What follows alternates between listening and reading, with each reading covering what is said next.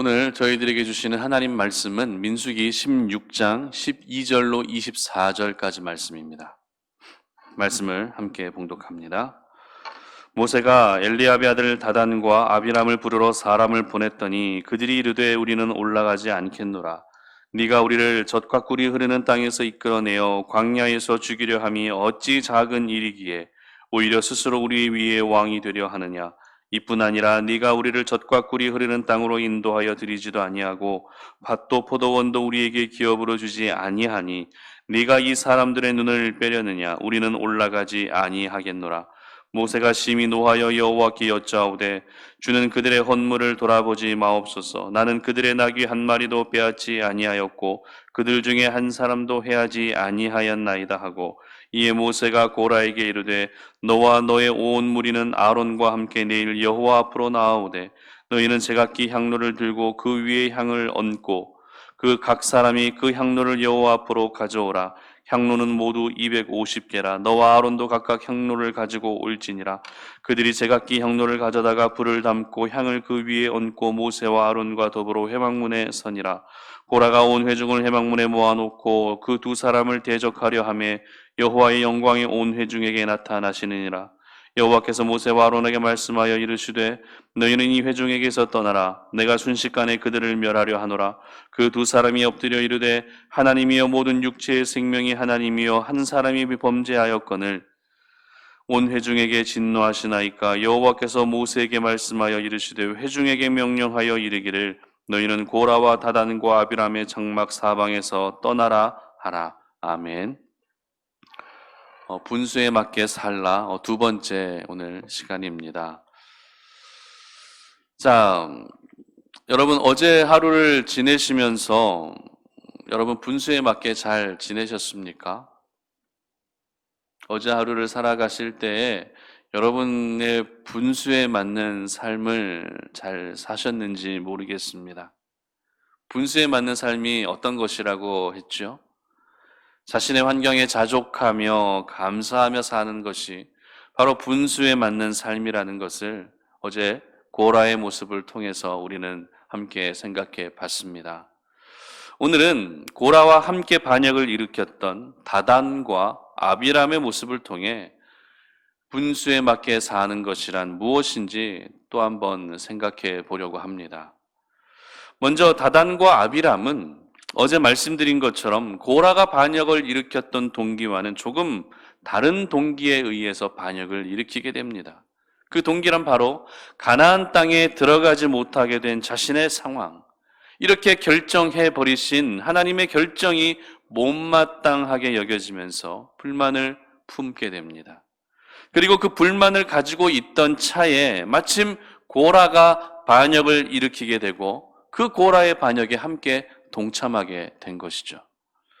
그런데 이 민수기 16장의 흐름을 보게 되면 하나님은 결코 고라와 다단과 아비람의 이 반역의 목적이 서로 다르다는 이유로 이들의 사건을 별개의 사건으로 보시지 않는다는 것입니다.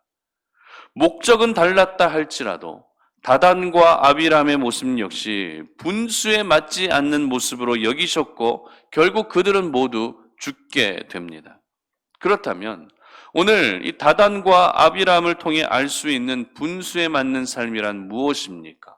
그것은 바로 하나님께 무조건 순종하며 사는 것이 바로 분수에 맞는 삶이다라는 것입니다. 13절 말씀 보시기 바랍니다. 네가 우리를 젖과 꿀이 흐르는 땅에서 이끌어내어 광야에서 죽이려 함이 어찌 작은 일이기에 오히려 스스로 우리 위에 왕이 되려 하느냐. 민수기 16장에 기록된 고라 일당의 반역 사건은 광야 생활의 거의 끝 무렵에 있었던 사건입니다. 그런데 하나님께서 출애굽 1세대는 가나안 땅에 들어가지 못하게 될 것이다 라고 선포하셨던 때는 언제였죠? 광야 생활 초기였습니까? 중기였습니까? 말기였습니까?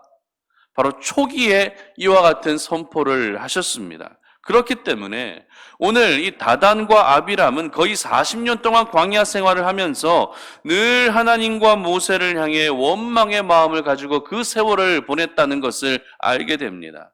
그리고 이와 같은 불만을 가지고 있던 찰나에 마침 고라가 반역을 일으켰고요. 다단과 아비람은 함께 이 반역에 동참하게 된 것입니다. 다담과 아비람의 반역의 이유는 한마디로 왜 잘 살고 있던 나를, 왜 잘 살고 있던 우리 집 식구들을 애굽 땅에서 이끌어내어서 광야에서 죽게 하느냐라는 것입니다. 그리고 이렇게 가나안 땅에도 못 들어게 할 거면 우리에게 포도원이나 밭이라도 좀 줘서 기업으로 삼을 수 있게 해야 되는 것 아니냐라고 하는 이러한 불만을 가지고 있었던 것입니다. 그런데 여러분 잘 생각해 보십시오. 이들이 가나안 땅에 들어가지 못하게 된 것이 아무 이유 없이 하나님이 일방적으로 결정하신 것입니까? 그냥 고라, 다단, 아비람 너희들은 가나안 땅에 못 들어갈 거야라고 하나님이 그저 그냥 선포하신 것입니까? 결코 그렇지가 않습니다. 광야 생활을 하면서 백성들의 원망과 불평이 계속되자 그 벌로 하나님은 가나안 땅을 이들에게 허락하지 않으셨던 것입니다. 그러므로 지금 다단과 아비람은 자신이 지었던 죄에 대한 책임은 전혀 지려 하지 않고 하나님과 또 모세에 대한 이 서운한 마음을 가지고서 이렇게 도전하고 있었던 것입니다. 그리고 관점을 조금 바꾸게 되면 다단과 아비람은 가나안 땅에 들어가지 못하는 것이 맞습니다. 그러나 그들의 자녀 세대는 어떻습니까? 그들의 자녀 세대는 모두 가나안 땅에 들어갈 수 있었습니다. 하나님께서 말씀하실 때 출애굽 1세대는 가나안 땅에 들어가지 못하지만 출애굽 2세대 그리고 20세 이하의 자녀들은 가나안 땅에 다 들어가게 될 것이다라고 하나님이 그때 이미 약속하셨습니다. 즉 하나님께서는 자녀들만큼은 책임져 주셨고 은혜를 베풀고자 하셨습니다. 여러분 대부분의 부모의 마음이 어떤 마음입니까? 나를 희생해서라도 내 자녀를 살리고 싶어 하는 것이 부모의 마음입니다. 그런데 다단과 아비람은 어땠죠? 오로지 자기 자신만 아는 이기적인 사람이었기 때문에 자녀들이라도 가나안 땅에 들어가게 해주신 것에 대한 감사는 전혀 찾아볼 수 없습니다. 정말 깨어있는 부모라면 하나님, 내가 가나안 땅에 들어가지 못하는 것은 어찌할 수 없는 것이지만 내 자녀라도 가나안 땅에 들어가게 해주신 것이 너무너무 감사합니다라고 이야기하고 기도하는 것이 깨어있는 부모의 모습이라는 것이죠. 그런데 다단과 아비람은 결코 하나님을 향해 내 자녀들을 가나안 땅에 들어가게 해주신 것에 대해서 감사하지 않습니다. 오히려 왜 우리를 모두 가나안 땅에 들어가지 못하게 하느냐고 자신들에게만 초점을 맞추어 이야기하고 있는 다단과 아비람의 모습을 보게 되는 것입니다. 그리고 이미 모든 것이 결정된 하나님의 뜻에 순종하지 않고 마지막 순간에 반기를 들게 되었던 것이죠. 그리고 또 내일 우리가 살펴볼 본문이지만 다단과 아비람의 죄로 인해 가나안 땅이 약속되었던 그 자녀 세대들마저도 모두 죽게 됩니다. 참 안타까운 일입니다. 부모가 잘못함으로 인해서 자녀까지 죽게 되는 이 어처구니 없는 일들이 일어나게 된 것입니다. 하나님의 자녀로서 분수에 맞게 사는 것은 대단한 일이 아닙니다. 비록 내가 원했던 것은 아니라 할지라도 하나님이 말씀하시고 또 하나님이 계획하시면 그 뜻에 순종하며 사는 것이 바로 분수에 맞게 사는 것입니다. 만약 하나님의 뜻을 거부하고 받아들이지 못해서 하나님께 도전하게 되면 결국 그 사람의 인생은 오늘 반역을 일으켰던 사람들의 최후와 다를 것이 없습니다. 그런데 안타까운 것은 오늘날 분수에 맞지 않게 살려고 하는 사람들이 점점 많아지고 있다는 것입니다. 하나님께 순종하기를 거절하고 내가 계획한 대로 그리고 내 뜻대로 살려고 하는 사람들이 점점 많아지고 있다는 것이죠. 부모로서 자녀들을 키우고 양육할 때 가장 힘든 시기가 언제라고 생각하십니까? 부모가 자녀들을 키울 때 가장 힘든 시기 언제일까요? 내 자녀가 갓 태어났을 때 가장 힘들까요? 물론 그때도 힘들겠지만 정답은 아닙니다. 언제 가장 힘든가 하면 자녀들이 사춘기에 접어들게 되면 부모님들은 엄청난 정신적인 스트레스를 받습니다. 여러분, 사춘기에 나타나는 자녀들의 대표적인 모습이 어떤 모습입니까? 이유 없는 반항입니다. 그 반항이 논리적이고 설득력이 있으면은 이해라도 하겠지만 아무런 이유도 없는데 반항을 하는 거예요. 평소에는 그렇게 말 잘 듣고 순종적이었던 아이가 사춘기에 접어들게 되면 이유 없는 반항을 하고, 그런 모습에 부모님들은 내 착한 아이가 불량해졌다고 그렇게 서운해하고 가슴 아파하고 정신적으로 많이 흔들리게 됩니다. 물론 사춘기는 그 시기가 지나면 어느 정도 괜찮아집니다. 그러나 오늘 다단과 아비람, 어디 이 사람들이 지금 사춘기를 겪고 있습니까? 그렇지 않습니다. 사춘기도 아닙니다. 그런데도 반항하고 있습니다. 그런데도 순종하지 않습니다. 격렬하게 반항합니다. 이와 같은 모습은 분명 하나님의 백성이라고 하는 그 신분에 맞지 않는, 즉 분수에 맞지 않는 모습이었던 것입니다. 오늘 저희들은 이 다단과 아비람의 모습을 통해서 나는 과연 분수에 맞게 살아가고 있는가 하는 것을 돌아볼 수 있었으면 좋겠습니다. 나는 지금 신앙의 사춘기를 보내고 있지는 않은지 한번 진지하게 여러분의 모습을 돌아보시기를 바랍니다.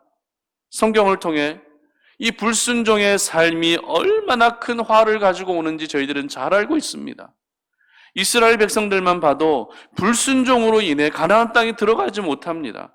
그리고 그 후에는 이방 나라에 의해 멸망까지 당하게 됩니다. 이처럼 불순종의 결과는 사망과 멸망인 것이죠. 그러나 순종의 사람은 우리 하나님께서 반드시 끝까지 책임져 주시고 붙들어 주시는 줄 믿으시기를 바랍니다. 그러므로 하루라도 빨리 우리의 삶이 불순종의 삶에서 순종의 삶으로 바뀌어져야 하는 것입니다.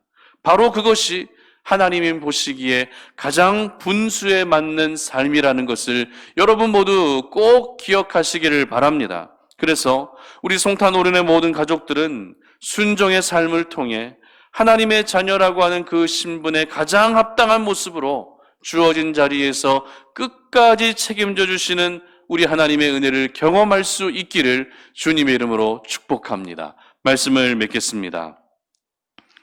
분수에 맞게 살아야 한다는 표현이 참 어감이 좋지 않을 뿐, 사실 분수에 맞게 사는 것이 가장 안정감 있는 삶을 사는 길입니다.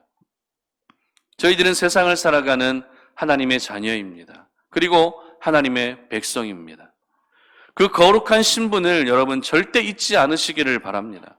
그래야만 내가 신분이 어떤 신분인지 그 신분을 잊지 않아야만 신분에 합당한 분수에 맞는 삶을 살 수 있는 것입니다. 그러므로 여러분 모두가 오늘 하루 살아가실 때 내가 생각한 것은 아니라 할지라도, 내가 계획한 것은 아니라 할지라도 하나님의 뜻에, 하나님의 말씀에 전적으로 순종할 수 있기를 바랍니다. 그래서 이 분수에 맞는 삶을 통해 날마다 하나님의 뜻 가운데 거하며 살아가시는 우리 송탄 오륜의 모든 가족들 되시기를 주님의 이름으로 축복합니다. 기도하겠습니다. 살아계신 아버지 하나님, 감사합니다. 오늘도 우리가 주의 말씀을 듣고 기도의 자리로 나아가 우리의 삶이 하나님 보시기에 얼마나 분수에 맞는 삶을 살고 있는지 돌아봅니다. 오늘도 우리가 하나님의 뜻에 순종하기를 원합니다. 하나님의 말씀에 전적으로 따르기를 원합니다. 비록 내 생각대로 되지 않았고 내 계획대로 되지 않았다 할지라도 하나님의 뜻에 따라, 하나님의 말씀에 따라 전적으로 순종할 때 그 삶이 하나님 보시기에 가장 귀하고 아름다운 삶인 것을 깨닫게 하여 주시옵소서. 그래서 순종의 삶을 통해 더 놀라운 하나님의 은혜를 경험하며 살아가는 우리 송탄 오륜의 모든 가족들 되게 하여 주시옵소서. 감사드리며 예수님의 이름으로 기도드립니다. 아멘.